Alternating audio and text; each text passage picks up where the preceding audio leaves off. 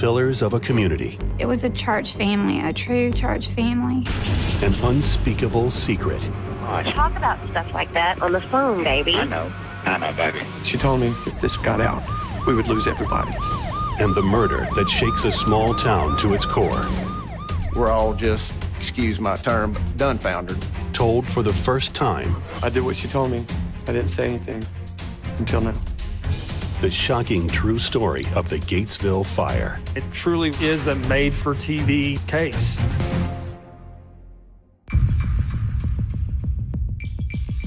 He was on a mission from God.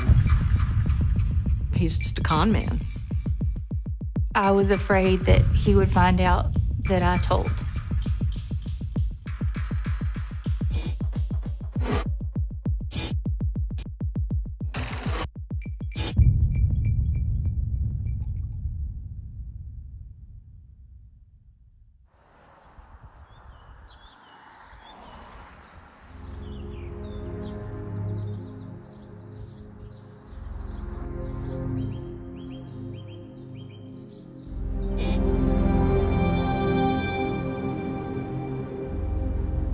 Got your garter? Oh, my garter. The earliest memory I really remember of David is when they got married. He was real caring, and he loved my mom. She was a wonderful person. Well, believe it or not, she has had her hair curled the longest and has done well. Mom and David were married August 1st of 1992. The idea of them getting married and having him around more, it was fun. Well, just say, this doesn't happen very often, darling, so you better just take advantage of it.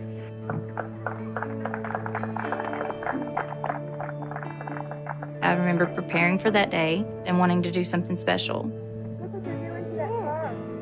And someone else was gonna write "just married" on the back of their car, and I wanted 10 cans. I remember that being a big deal, and I worked on it that weekend.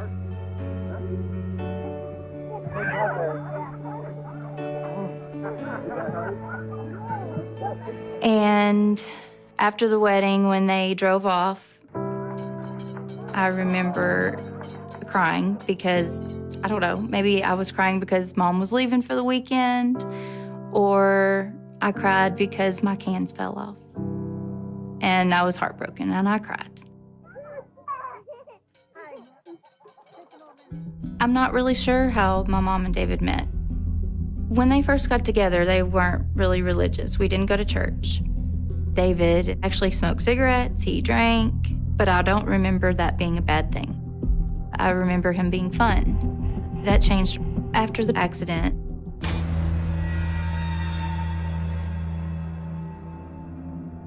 We were driving. I remember David looking across the seat at my sister, and he just went off the road. No one was hurt. I guess that's why I didn't understand why my mother was so upset. I was telling her, "Mom, it's okay. It's okay." And she just said, "No, it's not okay. This is not okay." I don't know if she was just that frightened that we could have all been terribly hurt or what it was, but that was just a turning point. That wreck, that's what changed their lives.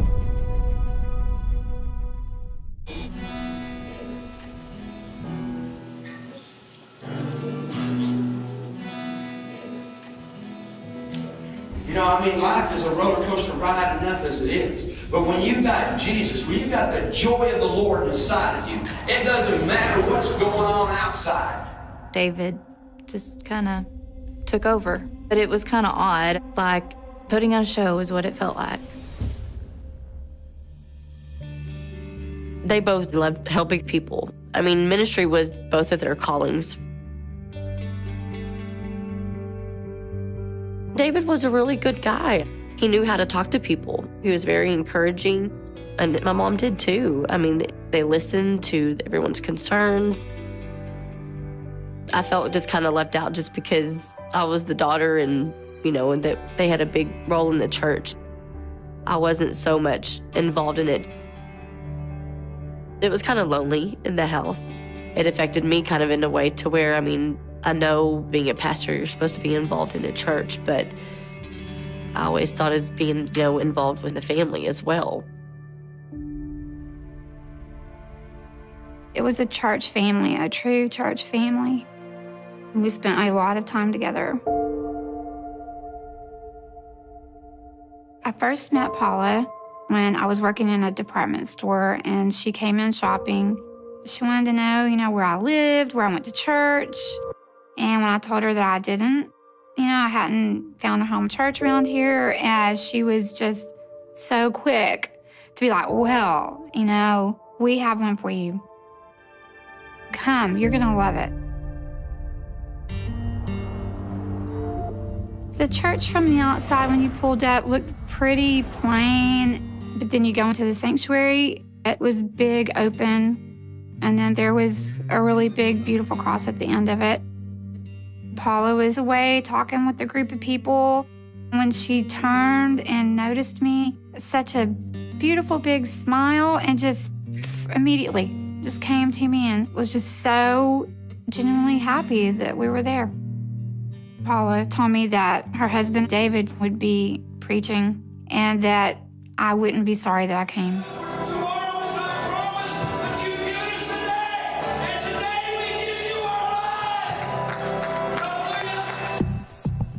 He definitely was on fire for the Lord. He was.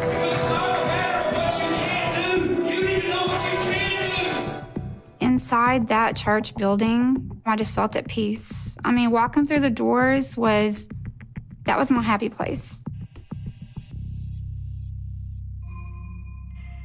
Whenever the doors were open, we were in church. But I was uncomfortable being there.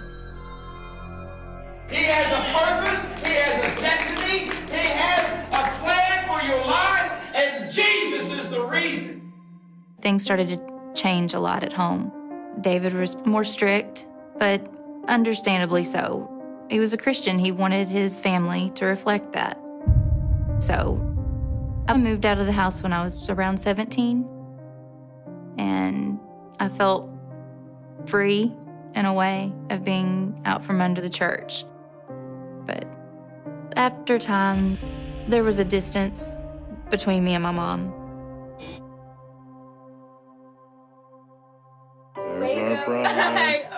Hey, ladies. When my sister Melissa got engaged, it gave me and my mom the opportunity to really reconnect. And we picked out dresses together. Let's try these gloves. I think they'll be perfect for you. We were texting and talking daily. It was exciting. We really reconnected that last few months. And we weren't prepared. You don't really prepare for, I'll never get to see this person again. I'll never.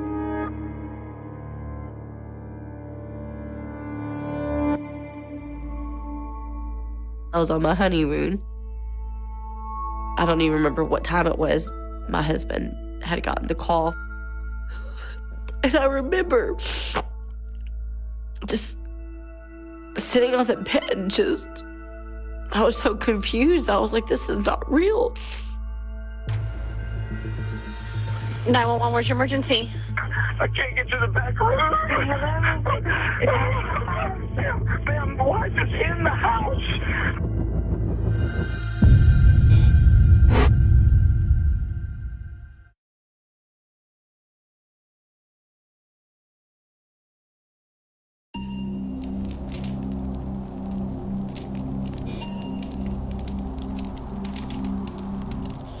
911, where's your emergency? I can't get to the back room.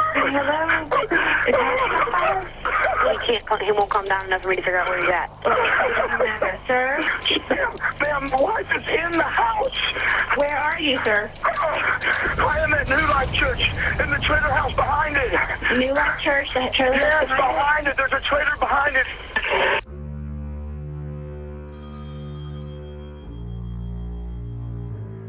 Around 1 o'clock, I got the call from the sheriff's department.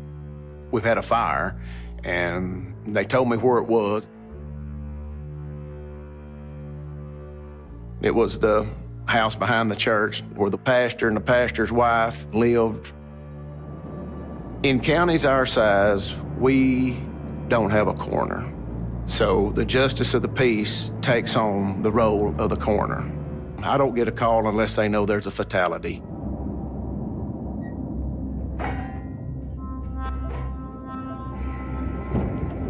I can remember pulling in, and it was completely engulfed by the time I got there.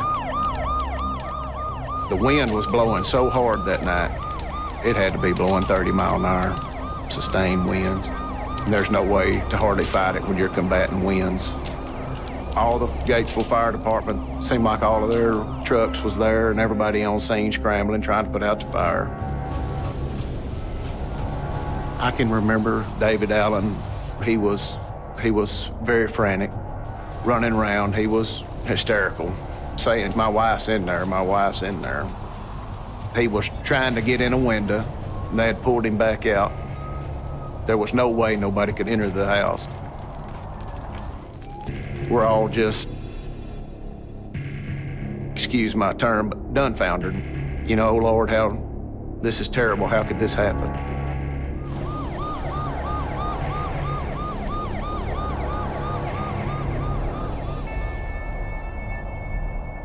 At the time that it was under control, the firefighters go to looking for Miss Allen. And I remember when we found her, she was laying face up at the front door like she was trying to get out. And it just, you know, that just really hits your heart there.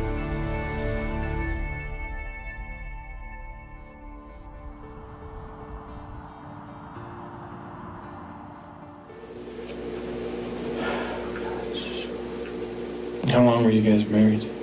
18 years.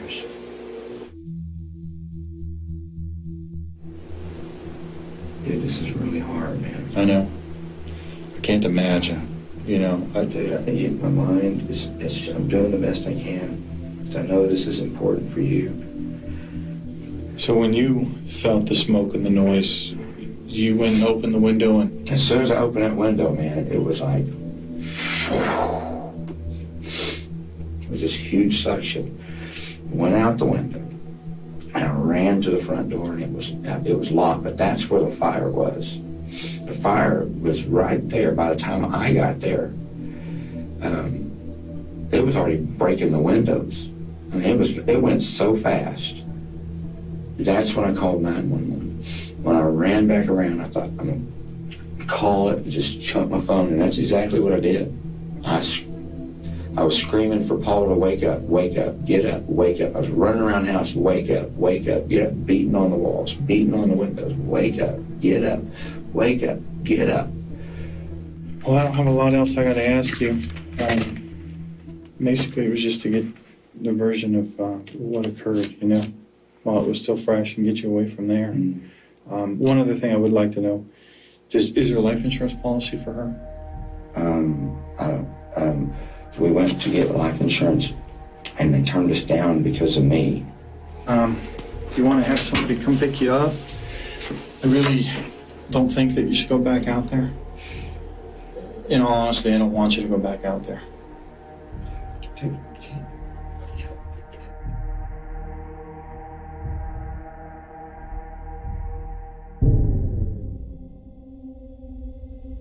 I was woken up about 3 in the morning by my aunt and uncle at my door. And they told me, there's been a fire and your mom didn't make it out. I don't really remember it registering what they had just said. And I remember asking my aunt, you know, we need to call Melissa. We had to get her back to town so that we could plan a funeral. I was on my honeymoon. My husband had gotten the call and had to tell me that my mom didn't make it out. And of course, he tried consoling me, and I just remember being in a disbelief. It just didn't feel real. I didn't get it. I was confused. I didn't understand what had happened in the house. What started the fire? I had tons of questions. When I arrived, the fire department was still on the scene, and I talked to the sheriff deputies, and they had told me there was no red flags. It doesn't matter if the locals tell me what they think. I have to make my own opinion. I needed to investigate for the possibility of homicide.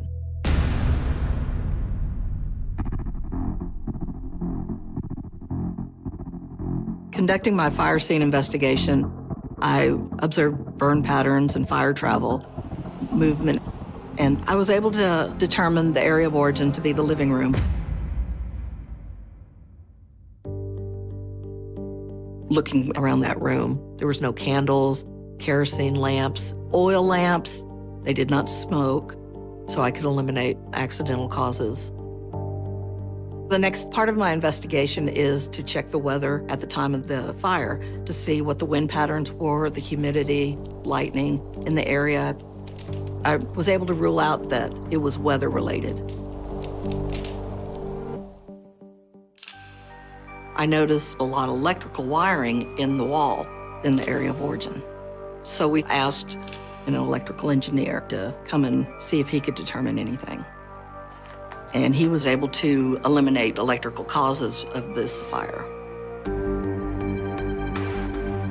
Electrical, accidental, and natural sources of ignition were ruled out, making this an intentionally set fire, an arson.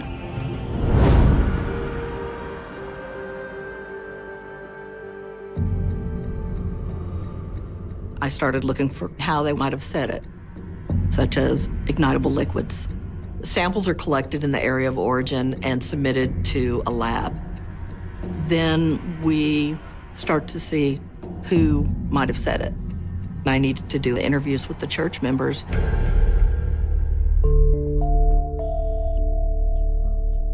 I met with Janine. I just wanted her to have all the information that I had so she could investigate it and come out with the truth.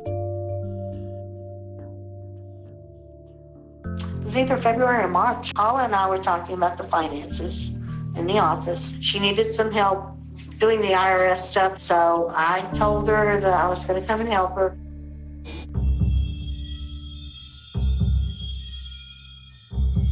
I went to the office and I started to go through the files, and that's when I came upon the fact that bills weren't paid.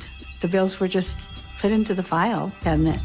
David took money that he should have spent on bills, and he did things for the church. David just said, God will take care of it. God will take care of it. The church needs to know what's going on. So I started talking to some members of the board, and that's when they found out what was going on with the finances. And they just were going to take care of what needed to be taken care of.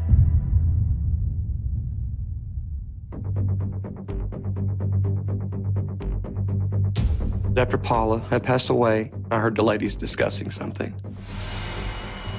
It's like on one day, we all just knew we had to come out. There's something going on in the church not a lot of people know about. She said everybody was going to be really shocked when it happened. And I was like, yeah, well, there's a lot of things people don't know about if they only knew. She told you that? In so many words, yes. And then 3 days later, Paula's Yes. dead.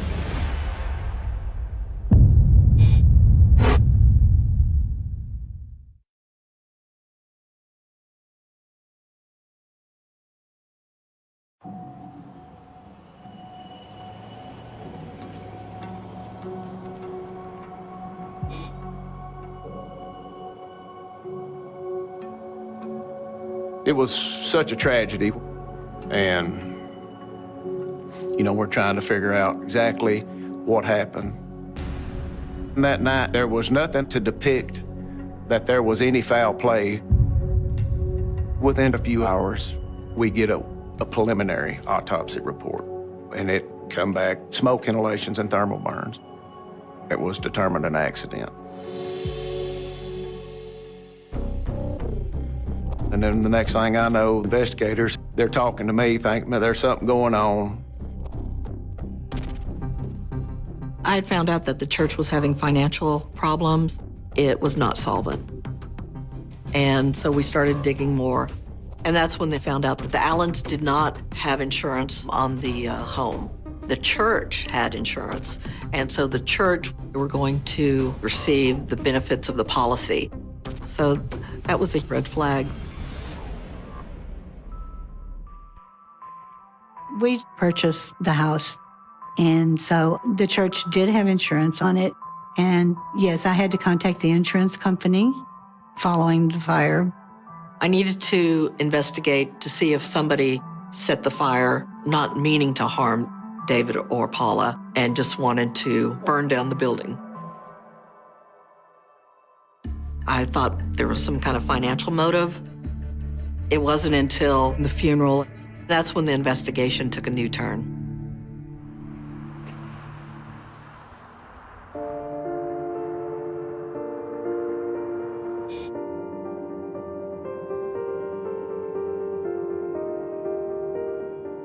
At the funeral, I was always constantly with David, making sure he was okay. If he needed anything, I went and got it. He was a good friend of mine.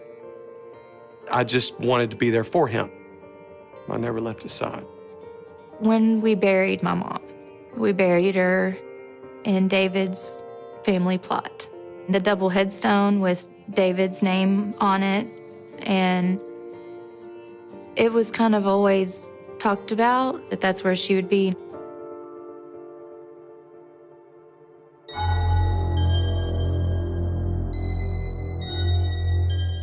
At her funeral, I just started to see stuff, and it was like a light bulb went off, and I was like, this just isn't right. I thought the investigators, they needed to know what we knew about.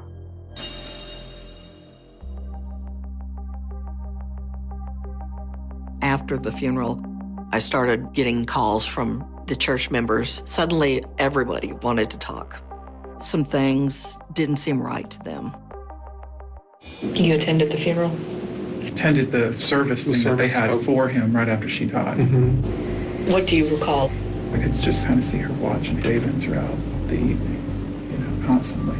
I noticed that just her flirting with him and just having to be close to him. When you say her, you're referring to Megan? Megan, Lauren. I got other names, but I can't repeat them.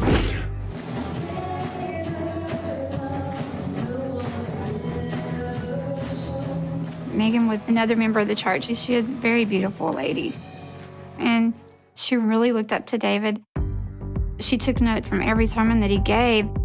Megan was waiting for God to bring her the right man. It had to be a godly man. She told me over and over again, oh, I want a husband so bad. But yet, she only had eyes for David. That was totally obvious. We could just see what was happening a long time ago, before the fire. Megan's very young, relative my age, and she's pretty, all that good stuff. How would you characterize their relationship? I mean, I knew that she was in love with my stepdad. I went to school with Megan, so I've known Megan for a very long time. She was obsessed with David. That's how I saw it. She was just obsessed with David. Was it something that you think that David was encouraging in any way? I told Paula to be careful. Paula would say, oh no, Julie, she's just a young girl. She didn't notice it for a while. I remember when it really impacted her was in October of 2010.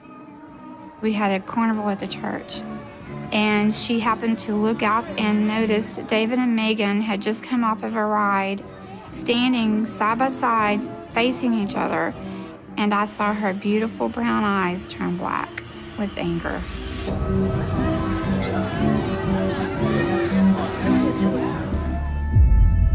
And David was like, it's nothing, Paula, it's nothing. And she was like, Megan, I have been seeing this. I see how you are around him. Tell me what's going on. And she admitted, I'm in love with him. I've been in love with him since I was 16.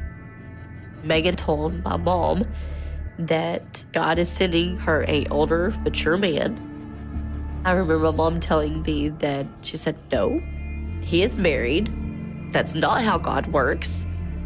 So you need to back off. You need to leave him alone. The church was her baby too. I know she didn't want to ruin her or David's reputation. So I guess she was trying to protect him. And the Tuesday Paula passed away, I was going to have a meeting and was going to tell Megan, back off.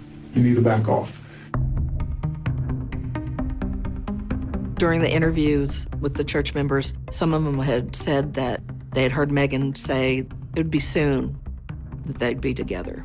Tell me about the conversation here with Megan that you thought was just really inappropriate. She did tell me that, that she knew she was going to marry a pastor and he was going to be quite older than her, and everybody was going to be really shocked when it happened. She said that. She did told say you that. Yes.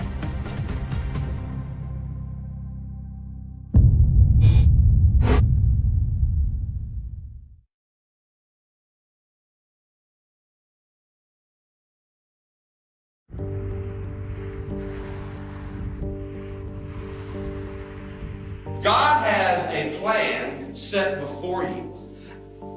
God has a destiny set before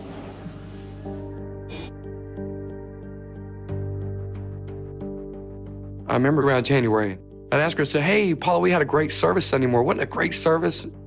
And she got up, she walked right past me, she closed the door behind me to the office, locked it, walked right back in front of me and stood right in front of me.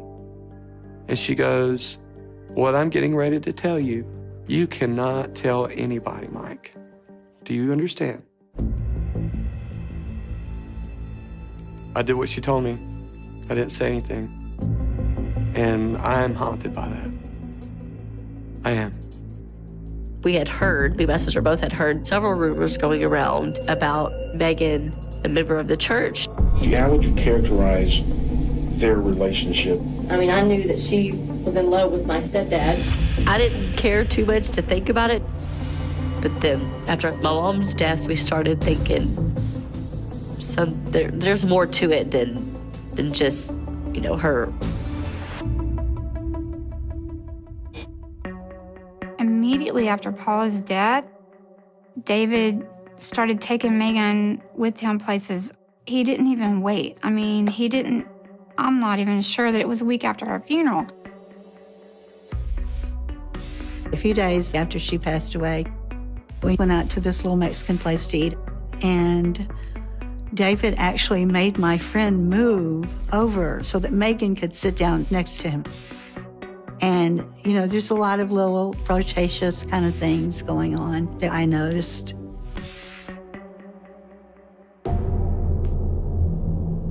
Certain red flags started to appear. And as we dug deeper and witnesses came forward, I found out that there was also inappropriate behavior prior to the fire. Michael Stidham, associate pastor in the church. I know you're suspicious about some things. Okay. I know there was an affair before. I mean, I believe that with all my heart.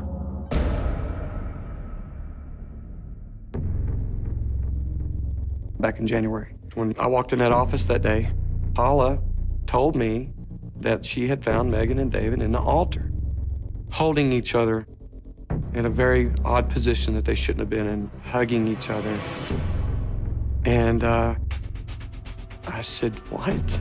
If it had been anybody else telling me, I would not have believed it. David was, 47, 48 years old. Megan's 25. Wow. Here I am, the associate. This is my best friend, and this just blasted me right in the face. Boom. But she told me, we don't need to discuss this. This would have a tremendous bad effect on this whole church. If this got out, we would lose everybody. I've forgiven him, and you need to forgive him too. I did what she told me. I didn't say anything until now.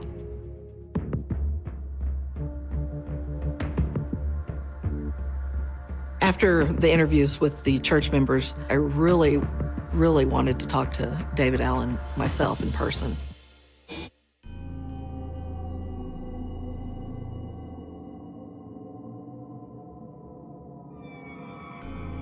That was a very interesting interview. He came in acting like he was in college.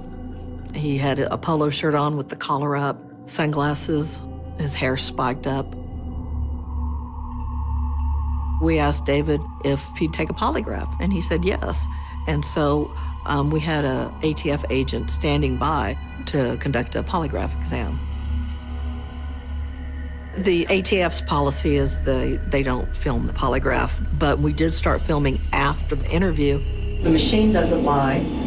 Just understand that you're going to bear the responsibility of what happens here. Yes, sir. Okay? We wanted you to tell the truth. That's not what happened. The polygraph test or any of the other stuff, I had, no idea. Deception was indicated on all questions that were asked during the polygraph exam. Well, I'm going to go ahead and go. I'm Well, you're free to go whenever you want to, but we're going to continue on the investigation.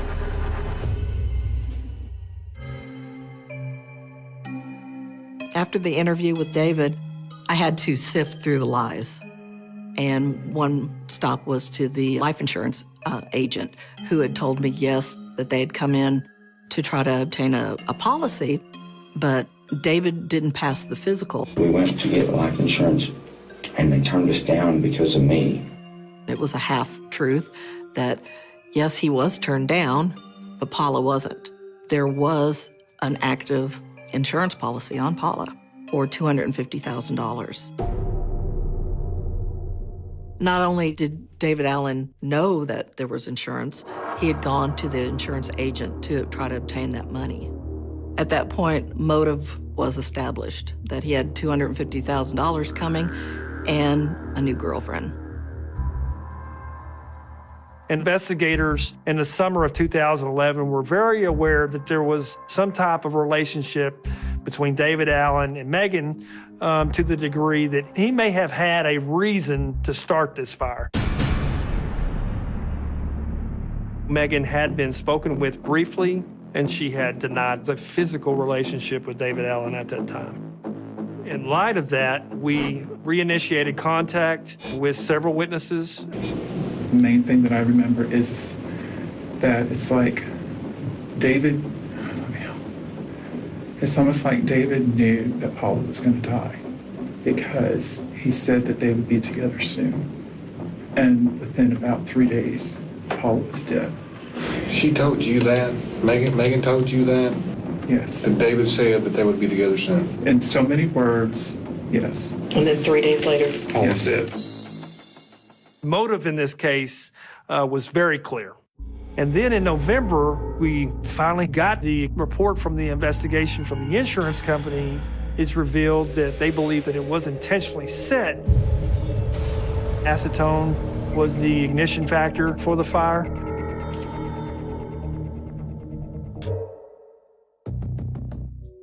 But that doesn't mean that that's an automatic arrest. It was important for us to really get our bearings about what evidence was collected and how strong that evidence would play in a trial.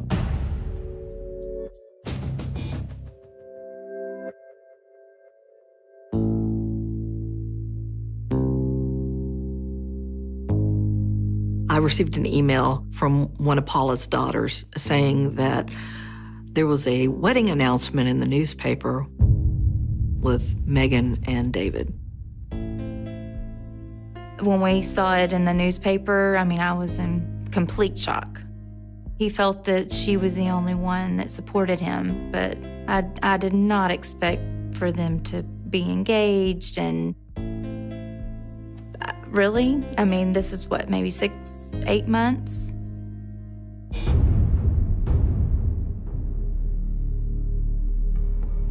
Establishing the timeline of the relationship was astronomically important for us because Mr. Allan and Megan had been denying any type of inappropriate relationship before the fire. And so we engaged an incredible forensic investigator. He really opened up the forensic cell phone information. There was constant text messages with Megan, all times of the day and night. They were intimate texts. They were intimate texts.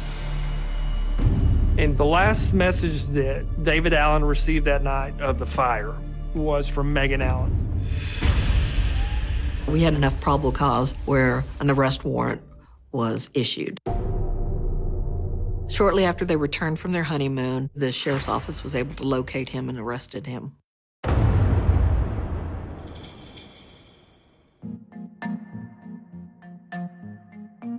We were truly focused on David Allen. But as we moved forward, really what we were looking for was exactly what did Megan know? And did she participate in this in any capacity, in any way? Hello, this is a prepaid collect call from David Allen, an inmate at Coryell County Sheriff's Department. Hey. Hey, what's up? I was just wondering, does your attorneys, do they know that I'm pregnant? David had to decide if the woman that was carrying his child was going to go down with him for what he had done with Paula.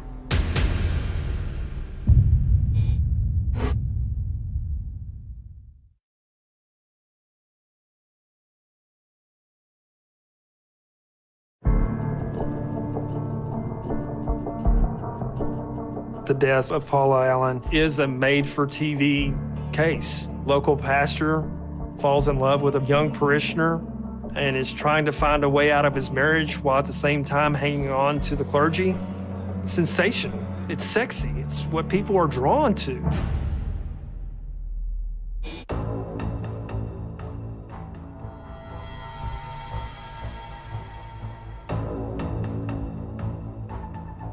Do you remember March 17th? Uh-huh, I do. Okay, I do. make sure you tell them about all that, too, because that's all in the phone stuff and everything.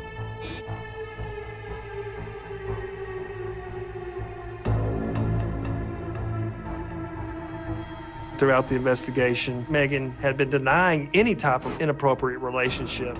We were able to clearly establish that that was not true.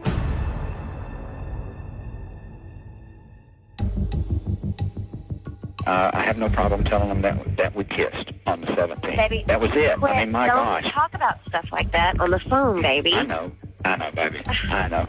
But there was never any evidence that we could rely on that would support that she actually knew what David Allen would do that night to Paula. And so we really wanted a situation where Megan understood that there was some accountability with her statements.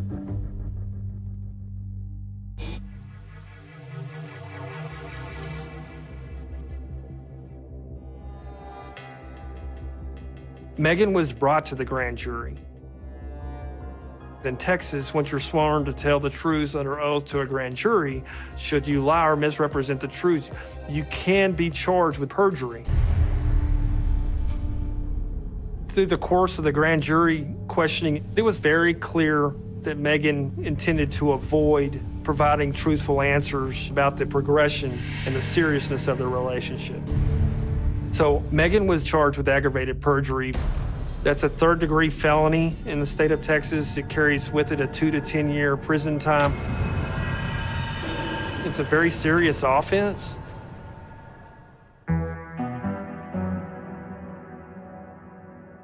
Megan certainly created a bargaining chip dynamic.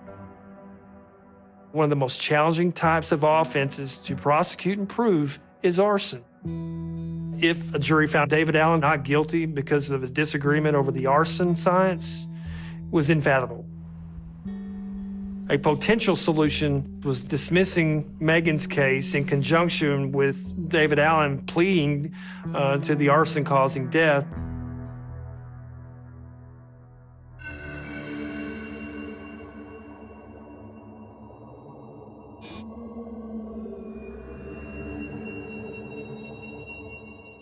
I'm not really sure who called us, but someone told us that you need to get up here. David's ready to accept a plea deal.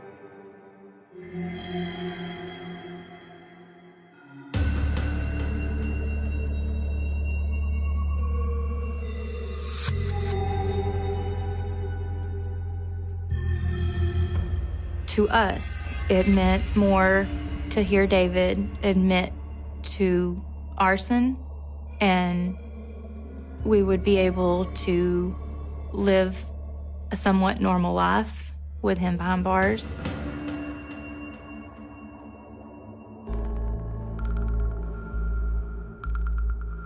In Texas, the defendant doesn't have to make any statement related to the offense. So Mr. Allen never said anything related to what he did. What I believe happened on the late hours of March 21st, 2011, David Allan received a text message from Megan, and I believe that that text message caused friction or a fight between him and Paula. That fight resulted in David incapacitating Paula in some manner.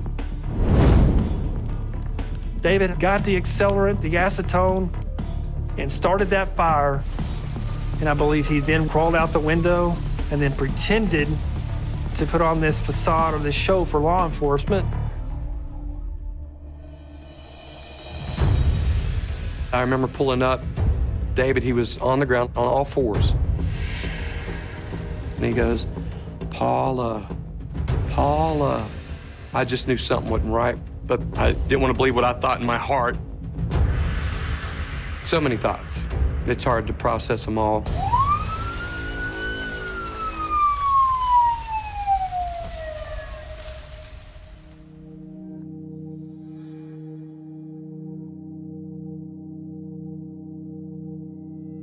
This is my first time in 8 years talking about this in the way that I'm talking about it.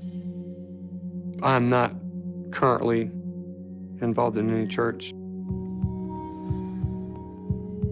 It's shaking my faith to the core, absolutely.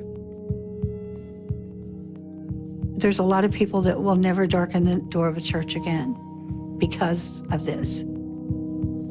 But it's not the church, and it's not God. It's just a man that decided to do something evil.